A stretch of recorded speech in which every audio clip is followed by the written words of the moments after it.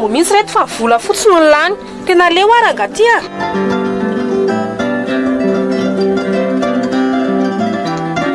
neny hitatreony tsy fombiaza ity vaolana efatrano fampiofanana miaraka amin'ny banky mpamatsy vola miaraka amin'ny dokotera mpanara-maso ny fiompiana ary indrindraindrindra fananganana tetikasa tena ilayntsika ty inona indray ny andrasana ndao mandeha ho anao koa te ho tonga maty aniny ianao te ho tafa tongava mamonjy fiofanana tena leo arangatia neny hitatreony tsy fombiaza ity vaolana tena ilayntsika ty inona indray ny andrasana ny ho aviko manolotra anao ny vaovao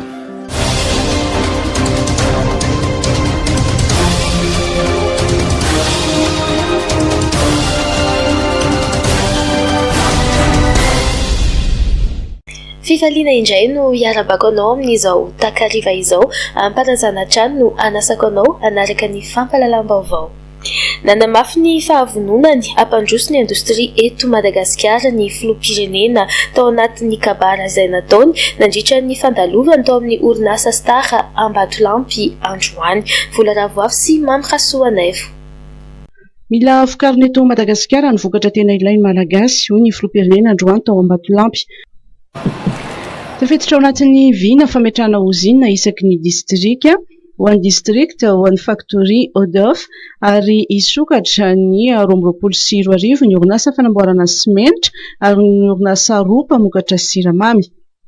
Tsy maintsy vokarina eto menimenina daholo zao tsika amin'ny vidina simenitra miakatra dia miakatra tokoa ny vidina simenitra ny antony zany dia inona zavatra anankiroa ny transport ny simenitra avy any amin'ny toerana izay nafarana anazy avy any a Turquie, avy any a Pakistan sy ny toerana hafa dia efa niakatra avy roeny ny vidin'ny transport na ny fitaterana n'ireny akora izay ilayntsika ireny. Dia eritrereto fotsiny fa raha tonga 20 000 ariary na hita toerana azy tonga 20 000 ariary ohatra ny simenitra ray lasaka ao amin'ny Automas ny transport niny Automasina mandrapatonga ao Antananarivo 6 000 ariary transport zany dia zay zany nao amin'izay fa ny faefany vidiny dia efa transport fotsiny eto atoerana fa miakatra any amin'ny 26 000 ariary ihany zany tonga ao Antananarivo miaraka amin'ny tombony alainy izay détaillant sy ny grossiste dia efa miakatra any amin'ny 30-35 000 ariary any hoany. Zay no nametrahantsika hoe efa eo andala ny mpanotantsika ny fifanarahana ary nametrahana ny usine fanaovana simenitra eto amintsika ihany tsy maintsy atomboka amin'ny herintaona io ary tsy maintsy vita alohan'ny 2023 fanaovana nyoa orinasa fanaovana simenitra. Tafiditra amin'ny fampivoarana ny indostria eto Madagasikara ho tanterahana ny 13 Desambra izao ny fikonan-doza ho tanterahana ny fanjakana miaraka amin'ny mpandrarara toe-karena. Izany dia natao hamaritana ireo tetikasa lehibe ilaina fampiasam-bola. Amin'ny 17 ny volana Desambra ho avy zao dia ikondo miaraka amin'ny mpandrarara malagasy rehetra ny tenako mba ahafahan'ny mpandrarara malagasy andray anjara amin'ny fampandrosoana n'ity firenena ity dia isy colloque lehibe izay atao ao Antananarivo amaritana an'ireo tetikasa rehetrarehetra izay andraisan'ireo orinasa rehetrarehetra anjara ka amin'izany no anambarako sahady fa ny fitondram-panjakana dia ametraka hoe inavy ny secteur clé inavy ifandinika amin'ireo mpandrarara rehetrarehetra hoe inavy ny investissement mba hoentina anaovana ny industrialisation eto Madagasikara ka rehefa tafapetraka izay amin'ny afaka 10 andro dia ny fitondram-panjakana no anampy amin'ny fanamorana ny fametrahana n'ireny orinasa sy usine ireny. Anisan'izany ny fandoavana hetra. Nanatrika ny fitokanana ny fanitarana foto-drafitrasa ny orinasa Star ny filoham-pirenena Andry Rajoelina ny orinasa Star izay orinasa faharoa mampiditra hetra indrindra amin'ny ekitapom-bolam-panjakana mahatratra 520 sy 200 miliara ariary isan-taona izany ary mitondra asa aman'alina maro. Mandray anjara betsaka amin'ny fampiroboroboana ny toe-karena eto Madagasikara ny Star mahatratra any amin'ny 520 sy 200 miliara ariary ohatra ny hetra alohany amin'ny fanjakana isan-taona ary tatsapam-boly maro ihany koa no mivelona amin'ny fisiny. Notokana ny filoham-pirenena io maraina io ny foto-drafitrasa vaovao ny ao Ambatolampy andao arahana ny fanazavana entin'ny tompon'andraikitra momba izay. ofisialy ireo foto-drafitrasa roa lehibe izay nitanterahana teto amin'ny usine Star izay nanomboka efa 5 taona lasa izay. Tsy n'izany fa ny lalana mirefy 10 kilometatra sy 700 manjohy ny usine Ambatolampy miala avy any amin'ny route nationale 7 ary ireo foto-drafitrasa telo na ligne d'embouteillage ato anatin'ny usine. Ny anton'izay dia satria natambatra tato amin'ity usine Ambatolampy ity ny famokarana ny labiera, ny ranomamy misy gazy sy ny ranomamy tsy misy gazy izay teo aloha teo tany Andraharo nisy anazy. Ny antony izay dia ny fametrahana ambony ny fampiroboroboana zany ny fisian'ny orinasa Star eto amin'ny faritry Vakinankaratra izay efa misy ny orinasa Star efa nanomboka 70 taona lasa izay zany nanomboka tany Antsirabe. Ny fiaraha-miasa akaiky miaraka amin'ireo autorité na ny eto an-toerana na miaraka amin'ny gouvernemanta no nafanana natanteraka izao fanokanana androany izao ary zava-dehibe ho anay no nazona an'Andriamatoa Republika Madagasikara tonga teto niay anty fitokanana ara-pomba ofisialy nitanterahana androany ity. Mariana fa investissement mitetina 105 milliards d'ariary no natao zany atao anatin'ny 5 taona lasa izay tamin'ny fanitarana an'ito usine Ambatolampy ito izay niaraka tamin'ny fianakaviam-ministara nanomboka tamin'ny taona 2014 katraty. Tao anatin'izay ny ampy an'izay 105 milliards d'ariary na investissement izay dia nisy ny asa soa ao anatin'ny tetikasa responsabilité sociale des entreprises na RSE nitanterahana orinasa Star niaraka tamin'ny autorité teto an-toerana mitetina 6,6 milliards d'ariary atao anatin'izay 5 taona izay ihany koa ahafahana zany manome foto-drafitrasa moderna an'ireo olona rehetra mpiarabelona eto amin'ny commune Ambatolampy ary tsy tsahatra amin'izay efa ny zavatra nitokanana androany izay fa mbola mitohy zany ny fiaraha-miasa sy ny fanitarana eto an-toerana izay. Matotra ny fiara-miasa eo amin'ny Madagasikara sy Allemagne ity firenena ity izay naneho ny fahavononana anohana ny Madagasikara amin'ny fanatanterahana ny plan d'émergence Madagasikara nandritra ny fihaonana tamin'ny filoham-pirenena omaly teny Avoloha. Nihaona tamin'ny filoham-pirenena teny amin'ny alapam-panjakana ny Avoloha ny délégation avy any Allemagne natarihan'i Stefan Oswald, sekretera-panjakana misahana ny Afrika eto anivon'ny ministera ny fiara-miasa ara-toe-karena sy fampandrosoana Alemana BMZ. Fihaonana izay nahafahana nijery ny fiara-miasa eo amin'ny firenena malagasy sy Alemana ary ny fandrosoana ny fiara-miasa ara-toe-karena sy sosialy. Ny fiara-miasa eo amin'ny rotonta izay miompana amin'ny sehatra 4 lehibe dia ny tontolo iainana, ny fambolena, ny fiovan'ny toetrandro sy ny angovo ary ny fahaiza-mitantana. Alemana izay anisany ihany koa mandray anjara amin'ny fampandrosoana ny atsimon'ny nosy amin'ny alalan'ny GIZ izay manome fanofanan'olona hatrany amin'ny 7,000 momba ny fambolena. Ny filoham-pirenena dia nampiseho ny fahavonona ny Madagasikara amin'ny fanamafisana fiara-miasa eo amin'ny Madagasikara sy Alemana, indrindra amin'ny fifampizarana traikefa sy fahaizana amin'ny fiarovana ny tontolo iainana, indrindra ny fandragofanala. Ny Repoblika Federalin'ny Alemana izay naneho ny fahavononana anohana ny Madagasikara amin'ny fanatanterahana ny plan d'émergence Madagasikara ary hanampy amin'ny ezaka tanterahan'ny gouvernement tamin'ny ady amin'ny kere ny fandragofanala ary ny fampandrosoana ny angovo azo voazina ary fanatsarana ny indostria. Nitondra ny fijeriny izy ireo mikasika ny asan'ny gouvernemanta ny député tao anatin'ny roa andro nisian'ny fihaonana teny amin'ny CCI Ivato. Raha ny hita mizara ny hevitry ny député avy amin'ny vondrona parlementaire IRD TIM ary ny tsy miankina momba ny tomban'ny gouvernemanta.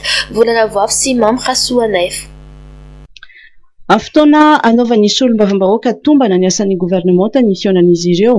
Raha ny zava-nisy teny amin'ny CCI Ivato dia mizara ny hevitry ny député. Ho an'ny député IRD Maronis miasa ny gouvernemanta Tsay Christian ary nahita vokatra na dia nandalo azy ny krizy noho ny Covid-19. Nay milaza fa tena miasa raha ty gouvernemanta talian'ny premier ministre Tsay Christian sorana manokana ny filoham-pirenena izay nametraka an'izay fitokisana izay taminy ary tsy nitsangamenatra koa ny député izay nanolotra azy amin'izany fanatanterahany asa zany ao anatin'ny olana misy maneran-tany moa voatry ny krizy ara-toe-karena nateraky ny coronavirus dia mandalo tao tsarotra ny firenena rehetra maneran-tany nefa tena mampisogadina atsika eto Madagasikara dia anisan'ireo firenena 2010 voalohany na voafeny zany atao hoe coronavirus amin'ny lafiny ara-toe-karena sy ara-sosialy ary indrindra moa amin'ny lafiny ara-pahasalamana i Madagasikara. Zany dia tena mametraka atsika ny amin'ny atao hoe loalarana misy moa miteny hoe ny nareo raha ny économie ny croissance économique ambany be ny inflation miakatra fa raha mijeritsika zao de pays émergent nge zao ny Inde fa firy ny maty tao aminy matanjaka États-Unis fa firy ny maty isan'andro fa itsika malagasy tena misy tokoa ny namony ainy fa azo lazaina fa tena voafy le valanaretina ary zany no mampiaiky ny olona ary esorana amin'ny président de la république zay nanome toromarika hoe na eo ary ny valanaretina de mandeha ihany ny fotodrafitrasa mandeha ny fampandrosoana radio karena raha tsy nisy ilay fiakaran'ny solika iresa-pirenena ny fiakaran'ny transport de azo antoka zany fa ny sogadina ny fiadanany vahoaka malagasy fa tsy miankina amintsika eto Madagasikara nge mahatonga an'izany fa lay sehatry ny varotra iresa-pirenena itsika moa tany andalam-pandrosoana mbola betsaka ny afarana no naondratsika de tsy maintsy anjadiny zay crise zay atranytsika fa raha fitondrana na tsy gouvernement ohatran'izao no mitondra za kosa de mahita hoe mety zay tsika malagasy vo ny fampinana trano teto na dia ao anatin'ny fanampiny filoham-pirenena ny Rajoelina aza ny ampitovyleta ny distrika 720 mbola misy ny distrika adino amin'ny fampandrosoana ny député ny Vohibato nahitsy ny teny fa nanome isa ambany ny aotra ny gouvernement tamin'ny asa natao ao anatin'ity distrika ity. Ny asan'ny gouvernement ho an'ny distrika ny Vohibato dia mihemitra zany hoe tena au-dessous de 0 sur 1 zay tsisy asa ataony io président milaza hoe gouvernement d'action tsy manafana ny bureau le contraire ny misy ny Vohibato district anay dia tena tara à cause de zay fa i président ny mahalala hoe araky ny teniko fa tsy miasa reo district ny Vohibato ihany lazaiko mihemitra la preuve ny lazaiko tao ny hôpital manara-penitra tompoko natao voalohany tiatiasana fissuran-drindrina azonao ny fondation zéro azonareo tsy misy ninina tsy manara-penitra mihitsy io fa manaraky inona angambany à partir de là zany no mahatonga anahy hoe mihemitra ny fampandrosoana atao gouvernement ao amin'ny distrika ny Vohibato ka mila mitandranareo ny resaka koa zany tao hoe manao routine ny agnareo ny emploi du temps zany de hoe androany ao amin'ny député tsy raha miheno ny zalareo ary tsy manatateraka la ny LFI zao misy vola ao fa agnaina andany an'igny tokony ampiasaina amin'ny tokony ho izy amin'ny fampandrosoana Madagasikara indrindra district ny Vohibato zay lazain'ny président hoe tsy misy farantsony fa mitovy daholo. Ho an'ny député Tim voafito amin'ny boriboritany faefatra dia nilaza fa tsy manatanteraka ny iraka mpanaovina azy ny gouvernement dia ranomaly dia effet d'annonce fampanatenana mibetsaka ary mana ihany amin'ity gouvernement ty fa gouvernement tsy ahavaolany tia satria tsy misy tena hoe zavatra tena atao hoe paikady mipetraka sy paikady matotra amin'ny fijerena sosialim-bahoaka raisina fotsiny ohatra ny Covid-19 izay efa mantontono la réunion ny variant Omicron neto amintsika moa dia tsy fantatra hoe inona marina variant eto inona miantony tsy misy miteny marina eto hoe manana zany séquenceur zany hoe tsika sy avatarany hoe variant zao fa tenena fotsiny hoe miakatra ny tany olona vo hoe tandreminareo hoe zao hoe fa tsy fantatra hoe variant ino na variant ino ka mahafantatra hoe variant jaune io na variant delta io na variant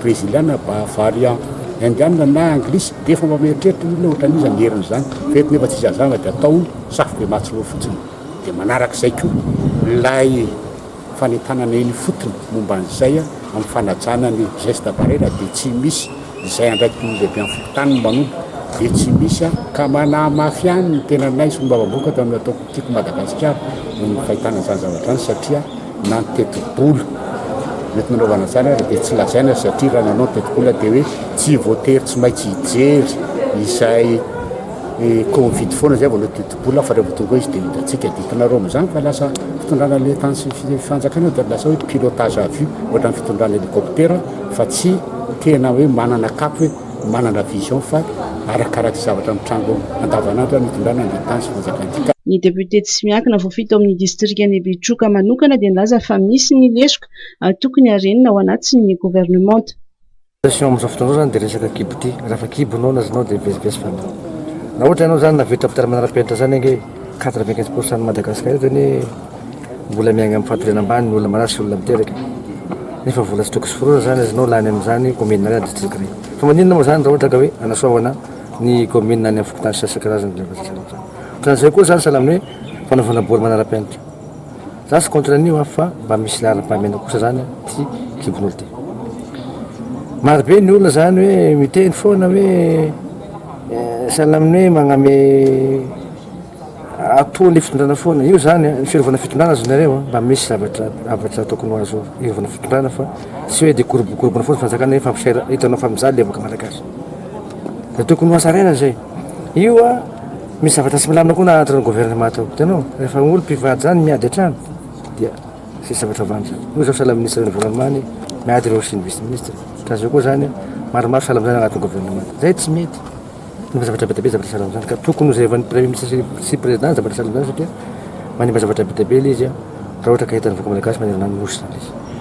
Ny farana androany sy ny fiaonana atao amin'ny gouvernement sy ny député izay notanterahana teny amin'ny CCI Ivato. Miantso ny anokafana ny sidina iraisam-pirenena ho an'ny seranam-piaramanidina any avaratry ny nosy ny filoha-hevitry ny antenimieram-pirenena Elianta Joseline fanadiadiana vola ravoavo sy mamy Rasoanaivo. Anisan'ny fototry ny toekarena ho anatsiranana ny fizantany nandalo fotoatsarotra nefa sehatra tao anatin'ny roa taona nisy ny valanaretina Covid-19 amin'izao fotoana iverenan'ny fisokafana isistany izao miantso ny tokony anokafana ny sidina iraisam-pirenena ho an'ny seranam-piaramanidina any avaratry ny nosy ny filoha-hevitry ny antemieram-pirenena Elianta Joseline. Mijaly ny provincenay iny fa indrindra resaka touristique resaka tourisme zany c'est-à-dire zay zany efa mijaly amin'ny lalana io sorana moa ny mpitondra fanjakana satria efa mandeha ny RN6 ambanja Diego ambanja fa na dia zay na tsy zay aza mijaly zany zay satria Diego Nosibe iny faritry avaratry ny nosy iny mandreva iny be dia be ka ny problème misy zany ny vol tsisy fantatra anay tsapanay fa eo moa ny problème ny Covid fa zay zany mba miantara mba mangataka droanay ny mangataka hoe tanà mandeha pourquoi Nosibe tsy mandeha pourquoi Diego tsy mandeha tiako angatana amin'izany mba misokatra zany ny vol international ny Nosibe teo misy Milan France direct Marseille direct sur Nosibe zay zany lara-pamena voalohany resaka touriste satria mivelona amin'izany ny vahoaka nantsiranana faharoa ny Diego ny Diego zany zay taloha mahazo vol Mayotte Diego Mayotte mahazo vol zay Réunion Diego Réunion nefa efa efatra taona amin'izao tsy mbola sokafana foana izy inona ny problème amiko manokana zany tokony mba resana mba hazava amin'ny vahoaka hoe ny antony tsy atongavana zay zavatra izay satria lasa tavela fara zany niny région Savasy Diana iny. Lafloatra ny saran'ny fiaramanidina miazo anantsiranana ary miantso ny tompona raikitra mba hijeraka izany ny solombavam-bahoaka Elianta Joseline. Eto koa zany mbola miresaka fitaterana ihany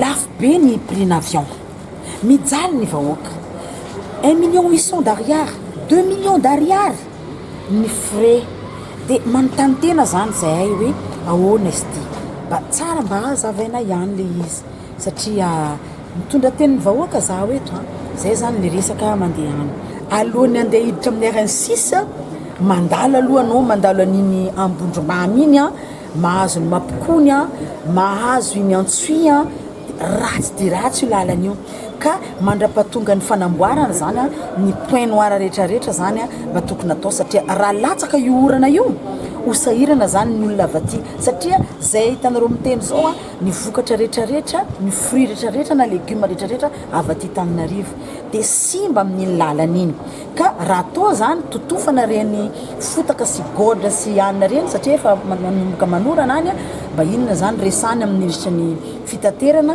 mba hojerena aingakaingana sy le olo travaux satria simba sy tena simba tanteraka zany. Ny filoha-hevitry ny antemeram-pirenena faritany Antsiranana izay nitondra ny etahitan'ny mponina ao Antsiranana nandritra ny fihaonana tamin'ny gouvernemanta. Atomboka tsy ho ela ny fanamboarana ny lalam-pirenena faraka amby efapolo hoy ny député any Fandriana Rakotomalala Adina. Raha ny tatitra nataony dia efa misokatra ny fanaovana ny tolobidy ho amin'izany. Nangataka kosa nefa ity solombavam-bahoaka ity mba ho tena matianina no hanatanteraka ny asa fanamboaran-dalana amin'ny lalam-pirenena faraka amby efapolo izay tena nampikaikaiky ny mponina ao Fandriana ny faharatsiny. Fanazavana. Nanomboka hatramin'ny nasolombavam-bahoaka ny tany anay tamin'ny 11 février 2020 raha mbola nandray fitenenana tato anatin'ny antemeram-pirenena ka nahazo micro dia tsy nitsahatra mihitsy ny solombavam-bahoaka ny distrikan'ny Fandriana nangataka ny amin'ny hanaovana ny lalam-pirenena fa iraika amby efapolo mampitohy any Fandriana amin'ny lalam-pirenena fahafito tonga eo kelikapona izay mirefy 2.7 kilometatra kanefa natao adiny roa ray sasany aza na mihoatra ho an'ny fiarakodia samihafa.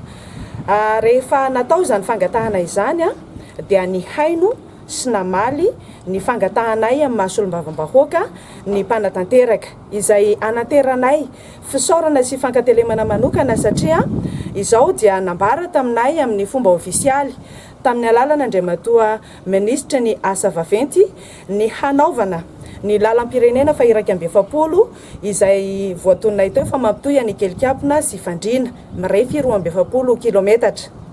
Izany lalana izany dia fampanantenany ny filoham-pirenena tamin'ny fotoanandrony ny hanaovana azy ary ny nataonay dia fampahatsehivana mandrakariva io fampanantenana io ary na dia tsy izany aza dia tena naharary loatra ny distrikan'ny Fandriana ny faharatsiny io lalana io satria na ny lafiny ara-pahasalamana na ny toe-karena ny sosialy manontolo dia simba tamin'ny haratsiny lalana dia feno ny fepetra mahatena ratsy azy tamin'ireo tatitra nataonay ka dia nohenoina izahay. Araka izany dia tsy hainay ny tsy isotra ny tsy ankasitraka satria sady tsy jamba no tsy marenina ny mpitondra ny firenena malagasy fa tena mihaino ary tena mahita ny fahorinay sy ny etaitaponay avy any ambanivohitra any. Fangatahanay dia hoe mba tsy hataona entreprise pikarama fa mba hataona entreprise miasa amin'ny conscience professionnelle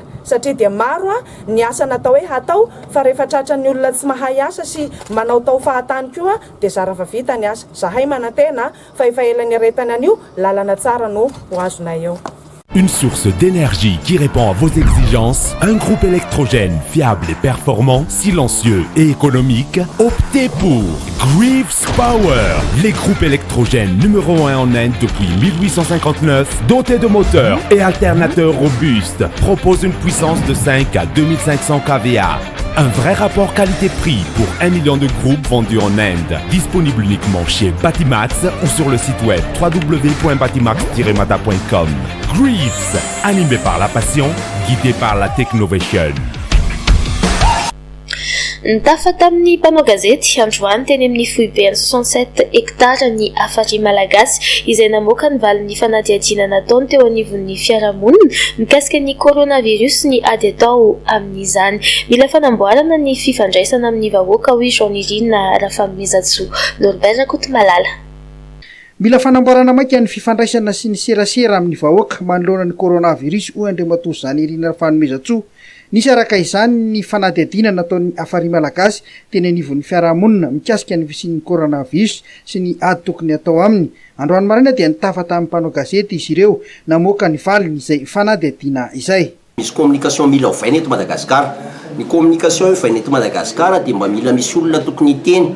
Dia napanao an'izay zay tamin'ny alalan'ny SMS, napanao an'izay zay tamin'ny alalan'ny radio trottoir, napanao an'izay zay tamin'ny alalan'ny antso-tarby mivantana ary namoaka résultat résultat aloha zany zao ny coronavirus metinay tamin'ity herinandro ty fa mbola hitondra fanadihadiana hafa zay amin'ny herinandro ambony a dia ny fanontaniana napetraka ay dia ny hoe tsapa amin'ny malagasy tokoa ve fa misy ny corona dia ny zato isan-jato nanontaniana dia samy natsapa ary natsapa fa tena retin-doza ny corona.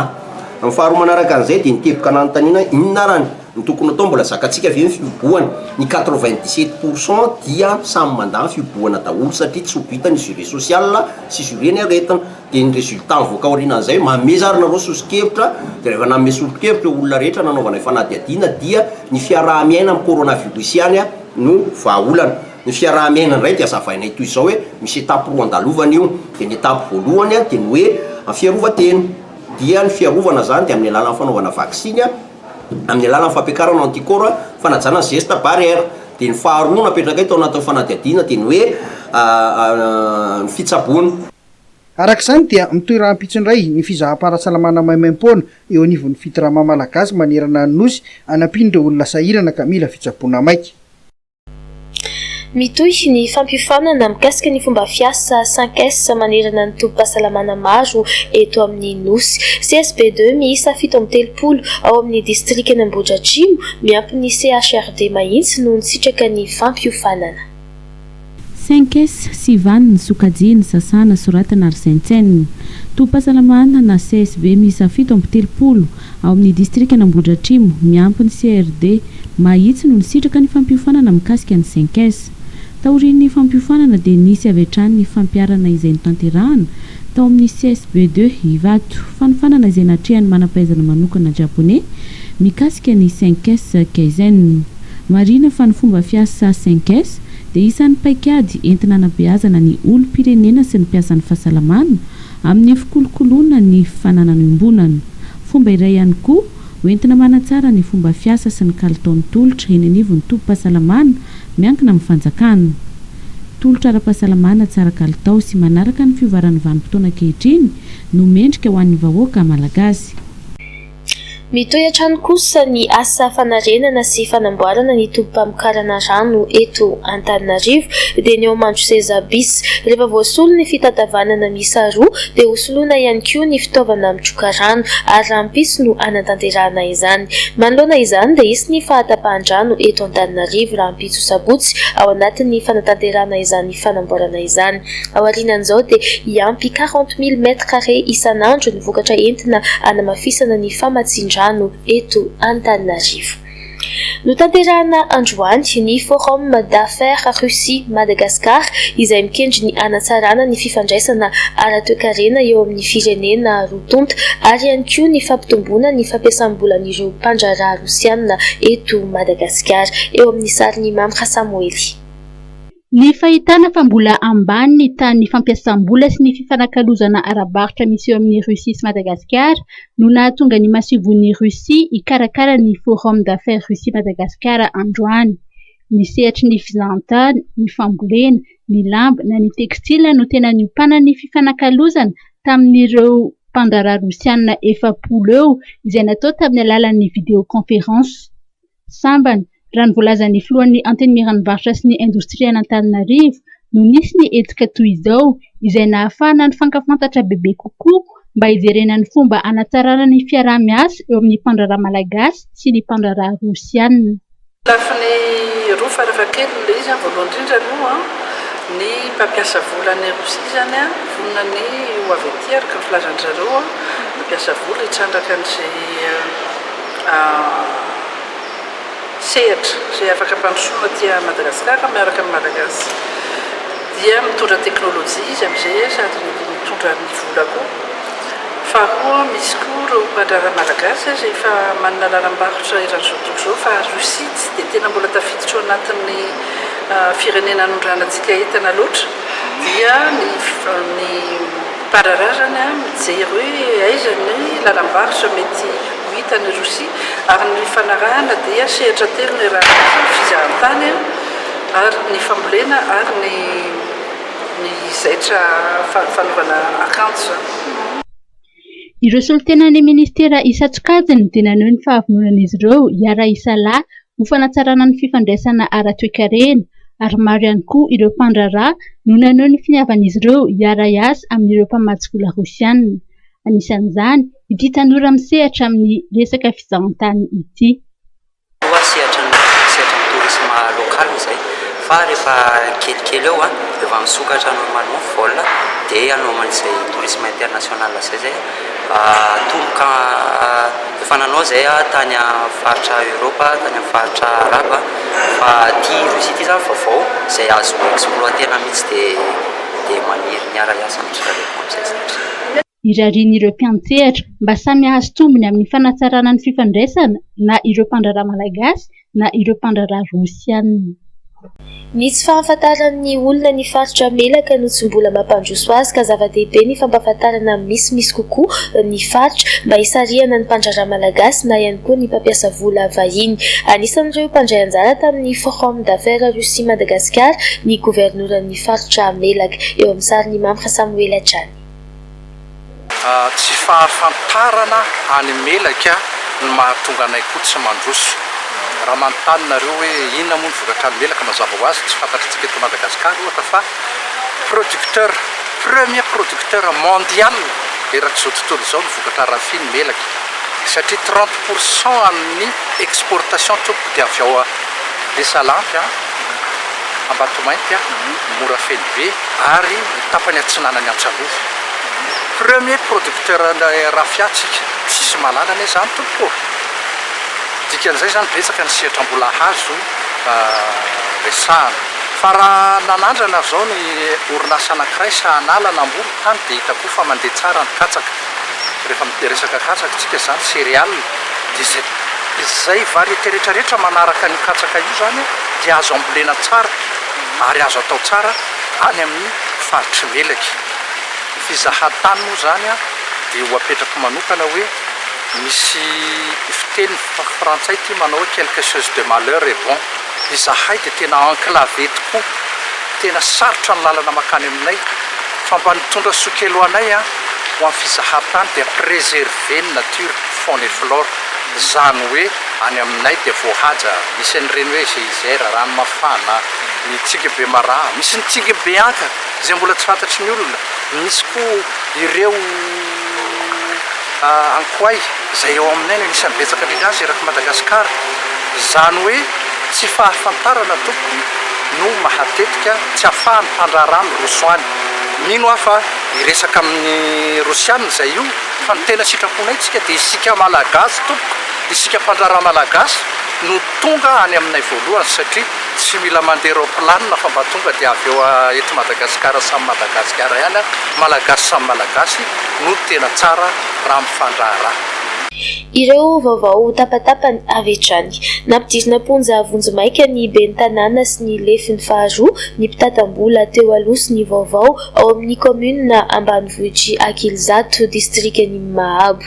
Nitrangana fanatsifian-jola androany atoandro teo akaikin'ny pavillon Analakely. Mpianatra efatra sy mpampianatra iray ao amin'ny sekoly frantsay iray ao Fianaratsoa faritry Matsiatrambody no voambarina fa voan'ny valan'aretsina Covid-19 antony nahatonga ny fikatoana ny sekoly io. Tsy nisy isikoseny Dren no nandray fanapahan-kevitra anakatona sekoly fa fanapahan-kevitra manokana avy amin'ny tompona andraikitra ao aminy sy araka nambarany olom-bofidy iray any an-toerana. Nampidirina ponja Vonjomaika ny ben'ny tanàna sy ny lefin'ny faharoa ny mpitam-bola teo aloha sy ny vaovao ao amin'ny commune ambanivohitry Ankilizato distrik'ny Mahabo. Raha ny fantatra dia resaka kolikoly sy fanarotam-pahefana no hiampangana azy ireo. Ny volana Desambra 2024 sy ny volana Janoary 2024 dia vola mitetina 507 ariary ihany no tao anatin'ny kitapom-bola ny commune. Nitrangana fanafian-jola androany atoandro teo akaikin'ny pavillon Analakely araka nambaran'ireo nanatry maso dia olona iray no anambanan'ireo jola basy avy hatrany dia nalainy ny vola rehetra teny aminy. Tao anatin'ny minitra vitsy monja no nitrangana izany nanao tifidantitra avy eo ireo jola dia lasa nitsoaka. Voasambotra tao an-tranon'ny sakaizany tao Ampasimbe Manatsatrana ileka misy Bruno Jiola Raindany fantatry ny maro misy olona anarana hoe Commando. Fanafihana 10 farafahakeliny no niraisany anjara tao amin'ny distrik'ny Fianarivou Atsinanana sy Soanierany Vongo Tatoato efa nadoboka ponja Vonjomaika hatramin'ny nazahoana azy ny 12 Novambra teo ity olon-dratsy ity ary miandry ny fitsarana azy. lehilahy iray tamin'ireo telo nanoloana tovovavy mpianatra tany Antsalava Ambatondrazaka no voasambotra ny polisy. Araka fampitam-baovao dia niditra keriny tao an-tranon'ireo olona ireo olon-dratsy ny aliny 10 Novambra teo. Mpianatra roavavy no nanofatra amin'ny tao ka naolan'izy telo lahy ny iray tamin'izy ireo tsy nangalatra ninina fa vao vitany nataony dia nitsoaka izy ireo. Nampalahelo ny zava-nitranga tany Vangaindrano Malotolakandro nitrangana aitrano tany an-toerana tonga maro ihany ireo mponina manodidina sankanampy ireo tompontrano saingy tsy nisy ny azo natao satria tsy nisy rano entina nifehezana ny afo. Araka nambaran'ireo mponina dia efa tapa-bolana izao no tapaka ny rano tany an-toerana. Kaporaly iray miasa ao amin'ny DAS no maty tsy tradrano naty fitena tsy nata ao Bernono Anjorobe. Tao anatina episerie iray izy no nikirakira ny kalaky teny aminy nanala ny fitoeram-bala akanjo voatsindra ny tsinany ny detente ka dia nirefotra ny basy niditra teo ambany maso ny bala nivoaka teo an-tampon-dohany ary dia nifatratra teny amin'ny valindriany. Rakotodrasoa Jean de Dieu no nandropaka ny amboara teo amin'ny sokajy taona M3 na FVH3 anadritra ny andian'ny faharoa tamin'ny fifaninanana nazakazaka Ortana izay mitotaly 270 kilometatra izay natao ny 4 7 ary 20 Novambra lasa teo nanjoy ireo vohitra masina 12 eto Analamanga. Rakotodrasoa Jean de Dieu dia zandary efa misotro ronono saingy mbola sangany amin'ny titaranjy ity raha eto Madagasikara ka mbola manohy miazakazaka na dia efa 27 taona aza mba ho fitaizam-batana sy ihany koa ohatra ho an'ireo zandry.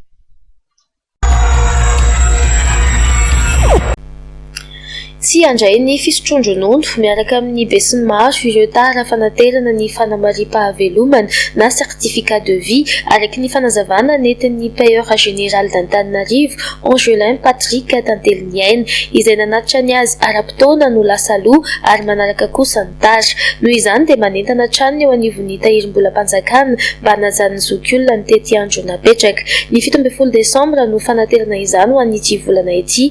Mety amin'ny fotoana rehetra kosa ny fandoavana ny fisotroan-dronono ho any amin'ny faritra. Miankina amin'ny fandefasan'ny tompon'andraikitra any an-toerana ny lisitry ny mpandray sy ny certificat de vie no andefasan'ny tahirim-bola-panjakana ny ordre de virement. Nametraka lahara-pahamehana ny hanamaevanana ny fiainan'ny malagasy ny fitondrana panjakana sy ny mpiara-miombonantoka amin'ny alalan'ny tetikasa rokadiny arivo sy ireo foto-drafitrasa maro mifanaraka amin'izany. Nroso tamin'ny fandraisana vonjomaika ireo foto-drafitrasa arak'izany ny rotonta tesana Lamahitsy, Ambatobe ary Nanisana. Foto-drafitrasa maro samihafa no najoro ho fanamaevanana ny fiainan'ny mponina eto amin'ny komina Antananarivo renivohitra sy Ambohimangakely. Tafiditra ao anatin'izany ny fanokanana ny ambombava tamin'ny volana natanterana ny tetikasa rokadiny arivo izay nitentina 970 miliara ariary. Tafiditra ao anatin'ny asa namboarina araka izany ny fanasandamba miisa 9, borne fontaine 7, toerana fivoahana 2, ny lalana etsy Ambatobe sy Nanisana ary Mariamasay. Io ny fantatra nandritra ny fandraisana vonjomaika ireo foto-drafitrasa izay natrea ny vitondram-panjakana sy ireo mpamatsy vola. Asa fanamboarana ny rokadiny arivo iny zany araky ny voalaza teo dia tsy natao hoe lalana ihany fa ireo foto-drafitrasa izay manamaivana ny fiainan'ny olona ny fio manodidina azy. Isan'ny tetikasa natao ny fanamboarana borne fontaine misy 20 dia fanasandamba misy 10 reto dia misy koa toilette publique misy anankiroa amin'ny commune Antananarivo renivohitra sy ny commune Ambohimangakely izay andalovan'ny tetikasa. Ny zava-dehibe amin'ilay izy dia nampanarahana ny feno daholo ihany fanamboarana ireo lalandreo ngamba hitantsika. Raha teo amin'ny Mariamasay iny dia nampiakarina ny atevin'ny tara satria mahatratra 12 cm ny atevin'ny tara amin'ny Mariamasay iny. Ny amin'ny lalana Ambatobe iny dia natao 9 cm ny ary amin'ny satria fa mbola tsara iny lalana iny dia nasiana fova enrobé teo ambony teo dia 9 cm dia amin'ny lalana Nanisana sy aty amin'ny masovoan'ny Sonota aloha dia natao 10 cm. Amin'ny ankabehany dia avy amin'ny alalan'ny fitarainan'ny olona no antony nanangana ireo foto-drafitrasa voalaza ireo araky ny nambaran'ny ministry ny fanazariana ny tany sy ny fananantany hatrany. Nilaza kosa ny delegasion'ny vondrony Europeanina izay nisolotenan'Andriamatoa Michel Laloge fa entina manatsara ny fiainan'ny mponina ny fahafahana mivezivezy ary isan'izany ny tetikasa Rokadiny Arivo. Momba ny fametrahan'ireo foto-drafitrasa fototra kosa dia fomba iray izany entina nanamafisina ny roa mpiara-monina ihany. Izay indrindra no nanamafisina ny fiara-miasa eo amin'ny fitondram-panjakana sy ny tsy miakina mba ahafahana mametraka ny mahazava-dehibe ny tetikasa mipaka amin'ny fiainan'ny vahoaka. Kely sisa dia ho tapaka tanteraka ny lalana eto sy ambodin'ny sotro vokatry ny fako mivangongo izay manenika ny arabe. Mangony fotsiny ny fofona maimbo sy ny tsy fandriam-pahalemana eny an-toerana.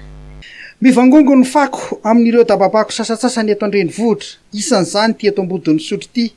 Efa andro vitsivitsy zay tsy nisy naka ny fako hoy ireo mpivarotra manodidina.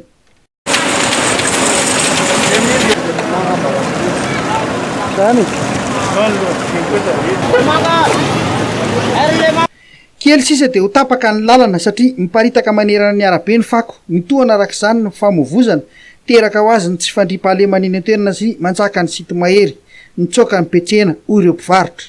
Zao de fako efa miambiny dia masisy be dia le olona mividy avy eto aminay raha lasa tsy dia maharisika satria le avy le orana dia mato amin'ny hoan'io le raha.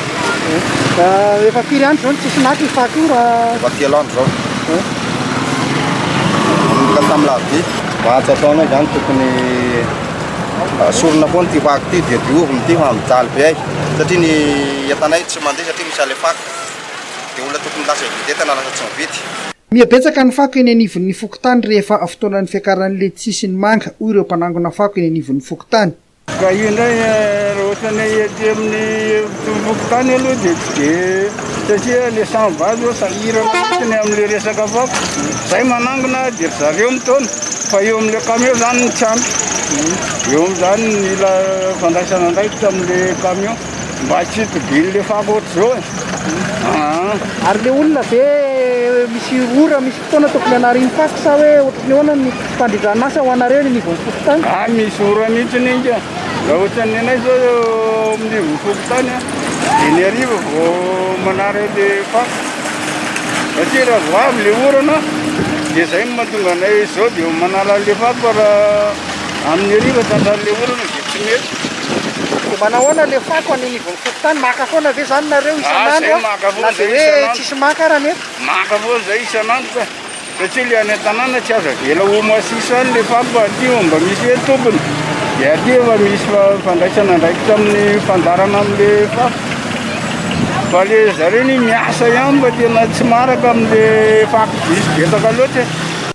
Mangony fotsiny ny fofona sy ny aretina ateraky ny fivangon'ny fako indrindra rehefa mirotsaka ny orana ka manao antsoavo amin'ny tompona andraikitra ireo mpivarotra sy petsena eny ambodin'ny sotry anala ny fako farak'zy aingana. Iso sehatra eto Antananarivo ny Moraingy. Izy arak'izany ny fifaninanana izay atao ny alahady zao etsy amin'ny kianjan'ny kanto.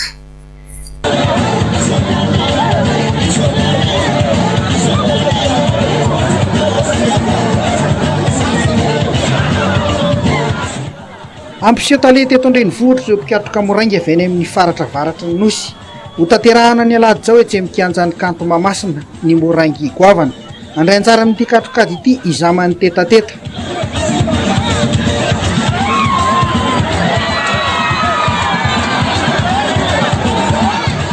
Ampiseho ny fahaizany izamany tetateta ny alahady zao ka ho hita eo izay sa ifanandrina aminy.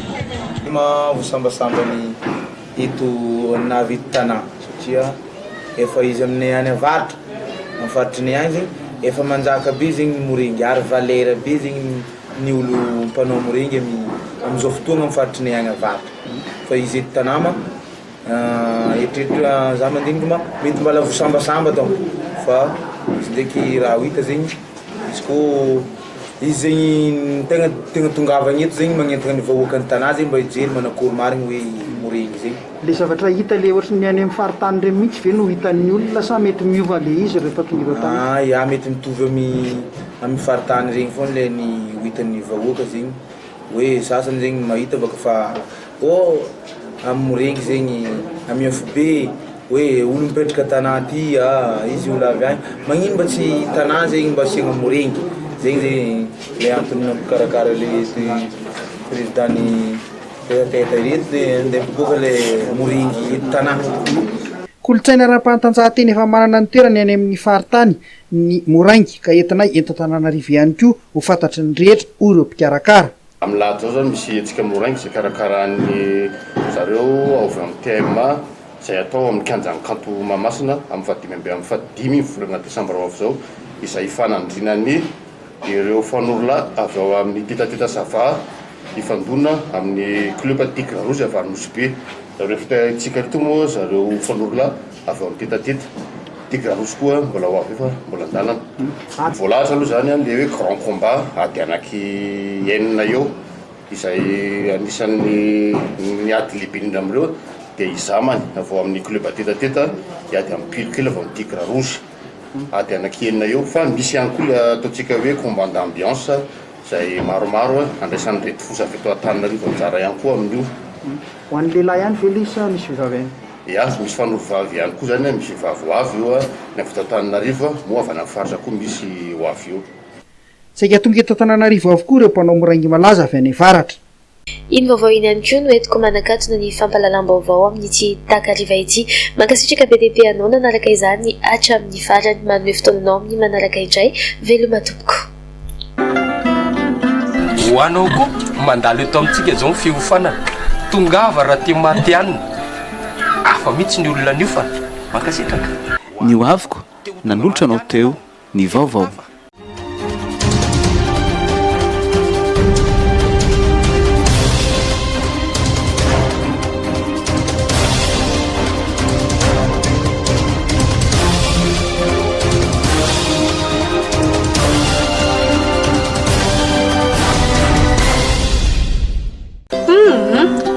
Misy reto fa vola fotsiny no lany tena leo aranga tia.